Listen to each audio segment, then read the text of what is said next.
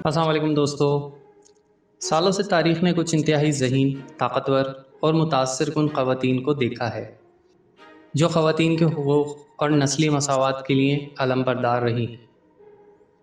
इन मशहूर ख़वातीन ने दुनिया को गैर यकीनी तौर पर तब्दील कर दिया है।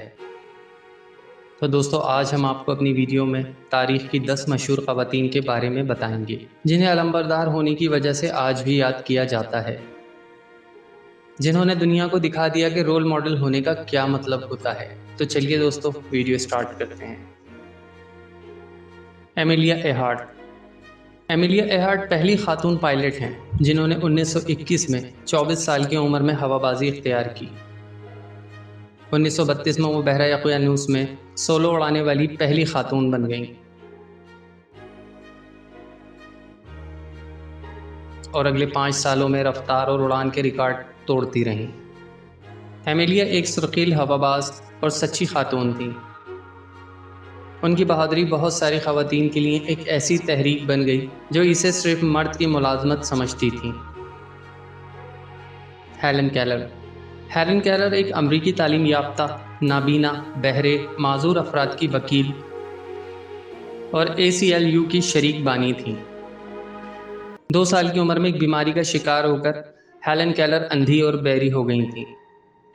सन 1887 में हेलन केलर की टीचर एन सेलेबॉन ने उनकी बातचीत करने की सलाहियत में मदद की और अपनी ज़िंदगी के दौरान उन्होंने अपनी कामयाबियों के एतराफ़ में बहुत सारे एजाज़ात हासिल किए। उन्होंने साबित किया कि माजूरी किसी को सही रवैया और नुक्ता नज़र से रोक नहीं सकती। हेलन केलर पहली नाबीना और बहरी खातून है जिसने बैचलर ऑफ आर्ट्स की डिग्री हासिल की। एमलिन पनखोर्स्ट। 1903 में एमलिन पनखोर्स्ट ने एडवर्डियन बरतानिया में ख़वातीन के पार्लिमानी वोट के लिए इंतखाबी मुहिम चलाने के लिए विमेन सोशल और पॉलिटिकल यूनियन की बुनियाद रखी। पनखोर्स्ट ने हज़ारों ख़वातीन को अवामी तहरीक में उनके जमहूरी हक़ के लिए शाइस्तगी से पूछने के बजाय मुतालबा करने पर मजबूर किया, जिसकी बरतानवी तारीख़ में मिसाल नहीं मिलती। जद्दोजहद की वजह से उन्होंने 13 क़ैदें बर्दाश्त की। उनका नाम उनके कारनामों के सबब पूरी दुनिया में जाना जाता है।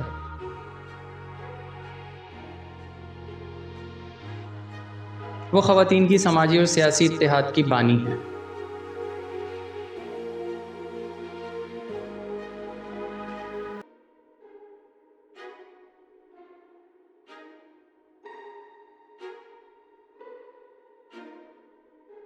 बेनज़ीर भुट्टो।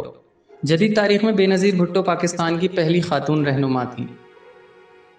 वो दुनिया की कम उम्र तरीन चीफ एग्जीक्यूटिव में से एक थीं और इस्लामी मुल्क में वज़ीर आज़म की हैसियत से खिदमत अंजाम देने वाली पहली खातून थीं। बेनज़ीर भुट्टो के वालिद सियासतदान जुल्फ़िकार अली भुट्टो थे, जो कायदे पाकिस्तान थे। 1979 में बेनज़ीर भुट्टो को उनके वालिद की पार्टी पाकिस्तान पीपल्स पार्टी का सरबराह मुकर्रर किया गया था। उनका करियर मुस्लिम दुनिया में ख़वातीन और इस्लामी इंतहा पसंदी के ख़िलाफ़ आलमी सतह पर लड़ी जाने वाली फ़तह के तौर पर मनाया जाता है। वो देही इलाक़ों में बिजली लाईं और पूरे मुल्क में स्कूल बनाए। उन्होंने भूख, रिहाइश और सेहत की देखभाल को अपनी अव्वलीन तरजीहात में शामिल किया। जमहूरियत की फ़तह के लिए उनकी काविशों और जद्दोजहद एक पायदार विरासत बनी। पाकिस्तान में मुतअद्दिद यूनिवर्सिटियाँ और अवामी इमारतें बेनज़ीर भुट्टो के नाम पर मुश्तमिल हैं, जबकि उनके करियर ने नोबेल इनाम याफ्ता मलाला यूसुफ़ज़ई समेत मुतअद्दिद कारकुनों को मुतासिर किया। Mother Teresa. Mother Teresa Albania में पैदा होने वाली एक रोमन कैथोलिक राहिबा थीं, जिन्होंने अपनी ज़्यादातर ज़िंदगी हिंदुस्तान में बसर की। सीधे अल्फाज में बोलें तो मदर टेरेसा बेलौस शख्सियत हैं। 1950 में उन्होंने मशीनरी ऑफ चैरिटी की बुनियाद रखी, जिसने बहुत सारी ख़वातीन को अपनी तरफ राग़िब किया, जिन्होंने गरीबों के लिए मुफ्त खिदमत अंजाम दी। उन्होंने ये काम 130 से ज़्यादा ममालिक में किया। इनमें लोगों के लिए घरों का इंतज़ाम करना, यतीम खाने और स्कूल शामिल थे। अगरचे अस्क़ात हमल की मुखालफत करने पर उनकी तनक़ीद की गई, लेकिन उनके फलाही कामों ने दुनिया के बहुत से कमज़ोर लोगों की ज़िंदगी बदल दी।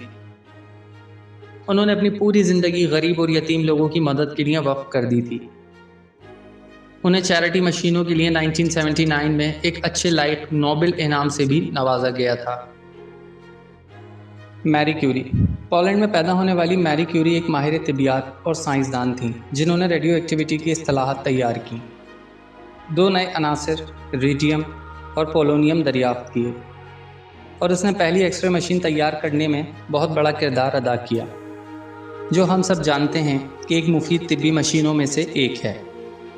میری کیوری وہ پہلی خاتون تھیں جنہوں نے 2 الگ الگ نوبل پرائز حاصل کیے، ایک طبیعیات کے لیے اور دوسرا کیمسٹری کا۔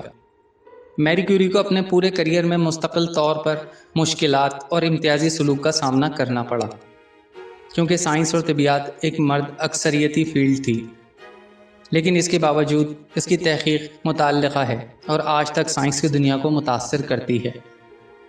کلیوپیٹرا۔ قدیم مصر کی آخری فعال فرعون کلیوپیٹرا نے اپنی ہی سرزمین پر مصر کے اقتدار کو برقرار رکھنے میں بہت بڑا کردار ادا کیا۔ یہ ایک ایسی بادشاہی چلانے میں براہ راست شامل تھیں جس کو بہت سے محاذوں پر چیلنجوں کا سامنا کرنا پڑا تھا۔ کلیوپیٹرا نے اپنی قیادت کے زمانے میں بڑی طاقت کا مظاہرہ کیا۔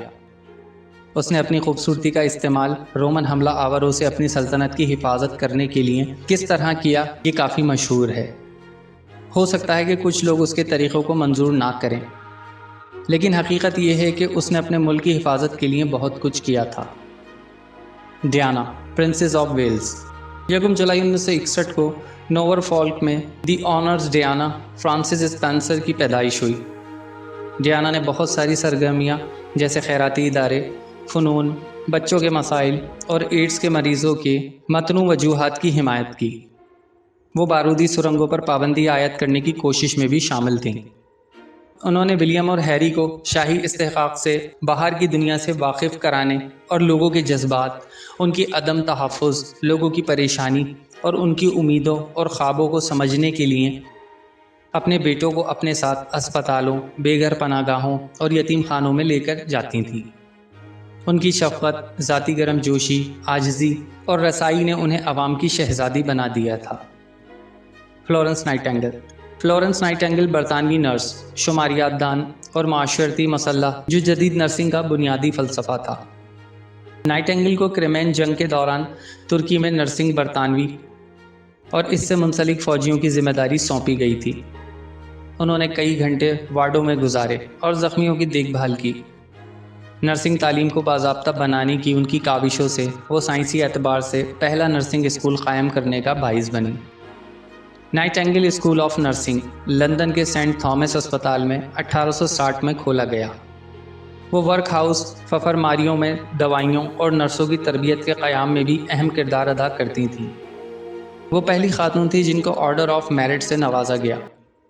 نرسوں کا عالمی دن ان کی یاد میں ہر سال 12 مئی کو منایا جاتا ہے۔ دوستو، ہم امید کرتے ہیں کہ آج کی ویڈیو آپ کو پسند آئی ہوگی۔ اگلی ویڈیو تک کے لیے ہمیں اجازت دیجیے۔ اللہ حافظ۔